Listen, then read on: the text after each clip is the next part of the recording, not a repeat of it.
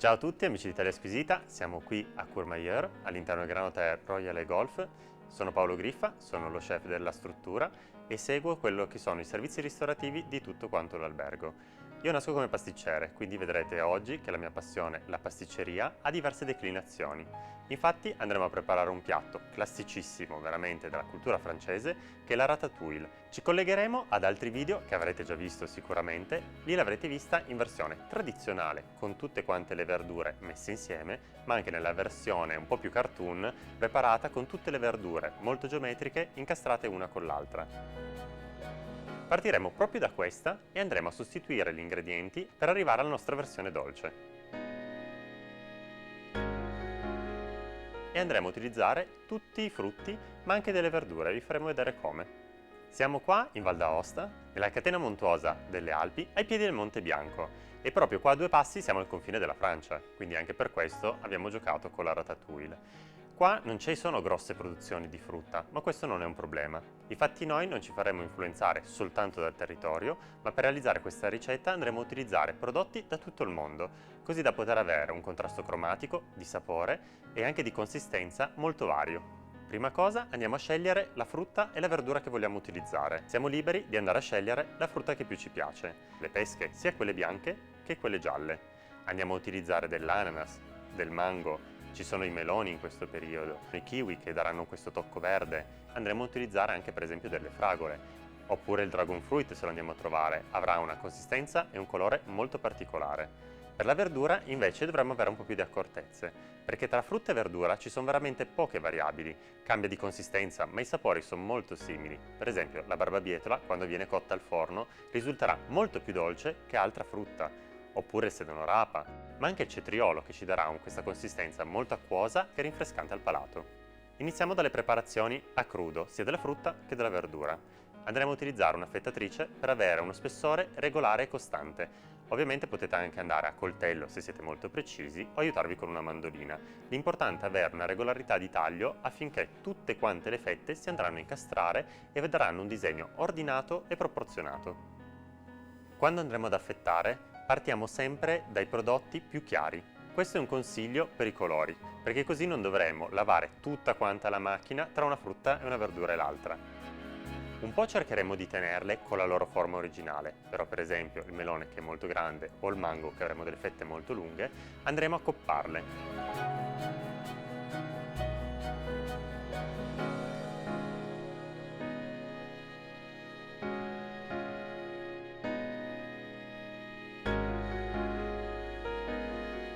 Per la mela, invece, che è la regina della frutta e che viene sempre ossidata in quasi tutte le composte di frutta di tutte le Macedonie, c'è un piccolo trucchetto che possiamo andare a utilizzare.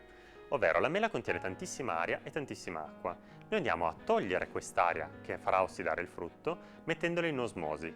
Prendiamo per esempio una purea di lampone che andrà a colorare la nostra mela, la andiamo a mettere all'interno di un sacchetto sottovuoto con le nostre fette di mela e pratichiamo il vuoto. Quindi tutta l'aria uscirà dalla mela e verrà sostituita dalla purea di lampone. Quando la tireremo fuori dal sacchetto sottovuoto sarà completamente impregnata di lampone, sarà tutta rossa e l'acidità del lampone eviterà l'ossidazione della mela. Adesso ci portiamo avanti con le cotture. Come radice abbiamo scelto di utilizzare delle carote nei loro diversi colori, quindi quella gialla e quella viola, che andremo semplicemente a affettare e sbollentare perché non avere una consistenza troppo croccante. Una volta che sono cotte, che ci vorrà circa 2-3 minuti, andremo a raffreddarle in acqua e ghiaccio per fissare il colore. Ma invece andremo a cuocere in forno al cartoccio con un olio alla vaniglia, le barbabietole e il sedano rapa. Noi l'olio alla vaniglia lo facciamo con dell'olio frullato con una bacca di vaniglia semplicemente. Mentre per la barbabietola in forno e sedano rapa ci vorrà circa un'ora e mezza di cottura. Ovviamente dipende dalla dimensione sia del barbabietole che del sedano rapa. Possiamo controllare la cottura con uno stuzzicadente, andando proprio a infilzarlo all'interno e dovrà risultare morbido. Lo facciamo poi raffreddare a temperatura ambiente, andiamo a pelarlo e poi in quel momento siamo pronti per andarlo ad affettare, anch'esso, dello spessore desiderato e andarlo a coppare. Arrivati a questo momento avremo tutti gli scarti che abbiamo messo da parte sia della frutta che della verdura. Non vi preoccupate di fare dello scarto, ci servirà per avere tutte le forme regolari e andare a montare il dolce. Non andremo a buttare via nulla, andremo a fare una composta che metteremo proprio alla base del nostro dolce. Ovviamente mettiamo prima in una pentola quelle verdure e quella frutta un po' più coriacea e iniziamo a farle cuocere in pari peso con dello zucchero. L'importante è utilizzare le mele perché sono ricchissime di pectina e faranno sì che la composta risulti cremosa. Piano piano durante la cottura andremo ad aggiungere gli altri elementi e andremo a continuare a mischiare. Andiamo ad aggiungere un pizzico di pepe che darà un sentore speziato, ma un pepe particolare, ovvero il pepe di Timut, che ha dei sentori di pompelmo. Se non avete trovato il pepe di Timut, potete utilizzare o delle zesti di agrumi, quindi di limone, di arancia o di lime, oppure sostituirlo con una bacca di vaniglia, una stecca di cannella, dell'anice stellato, dei chiodi di garofano. Siete abbastanza liberi. Questa ricetta non è codificata, quindi guardate quello che avete a casa e andate a utilizzare sperimentando un po' sugli abbinamenti. Per evitare la disidratazione della frutta, ma anche la sua ossidazione, andremo a fare uno sciroppo fatto con della camomilla, che rimarrà molto profumata e darà questo sentore floreale. Per fare lo sciroppo è semplicissimo, è come se dovessimo fare una tisana alla camomilla, soltanto un po' più concentrata. Quindi facciamo portare a bollore dell'acqua, andiamo ad aggiungere lo zucchero che si andrà a disciogliere all'interno, mettiamo in infusione la camomilla, lo lasciamo riposare per 5-10 minuti e andiamo a filtrare tutto quanto. Quando il liquido è caldo andremo a inserire della gelatina, della colla di pesce. Noi l'abbiamo già reidratata e utilizziamo una massa di gelatina, quindi sarà già presciolta. Voi cosa potete fare? Idratare i vostri fogli di gelatina o la vostra polvere di gelatina, stemperarla e andarla ad aggiungere allo sciroppo già pronto per avere lo stesso risultato, così che siano protette, non seccheranno e non ossideranno. E quando andremo a montarle una con l'altra ci servirà anche da legante per tenere tutta la composizione ferma e stabile.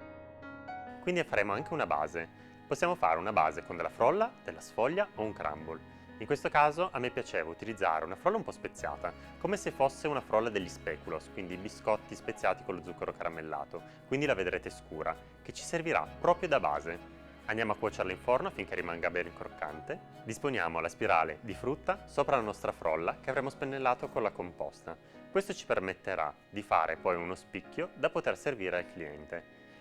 Se il passaggio della frolla o comunque della base per voi è superfluo o non avete tempo e volete farla più velocemente, quando la appoggiate su un piatto, quindi tutta la nostra spirale con la frutta, andate a tagliarla e la posizionate nel piatto senza la sua base.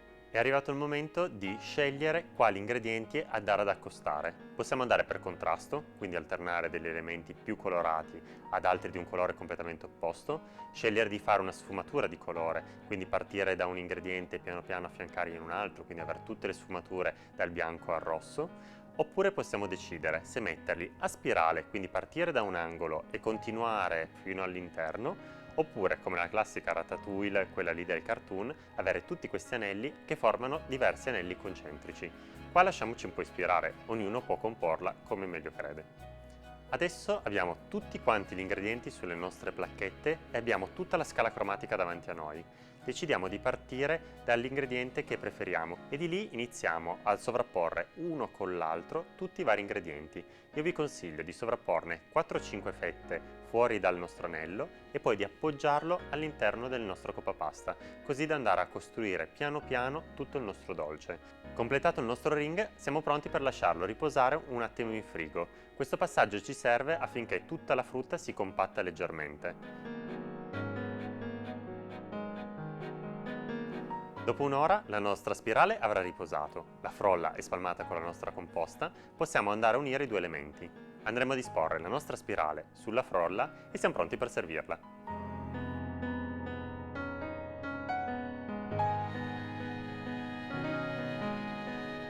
Andiamo a tagliarla e andiamo a posarla nel piatto. Come vedete è già bellissima da sola, però vogliamo darle un tocco un po' più fresco e quindi andiamo a mettere il lassi condito con la menta e l'olio di finocchio. Così a ogni cucchiaiata possiamo decidere quanto prenderne in base a quanta freschezza vogliamo andare ad aggiungere ad ogni assaggio. Se non avete questi ingredienti potete decidere di servirlo per esempio con un gelato un po' più fresco o con uno yogurt semplicemente, quindi molto più cremoso.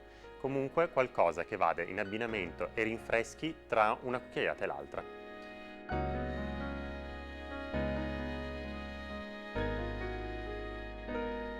Abbiamo reinterpretato una ricetta della tradizione, però con un occhio diverso, in chiave dolce. È proprio un vero piatto 4 stagioni. Grazie mille per essere stati con noi, per aver seguito questa ricetta fino alla fine. Ciao a tutti, un saluto da Paolo Griffa, vi aspettiamo qua ai piedi del Monte Bianco, in mezzo alla neve in inverno oppure in estate circondati dal verde.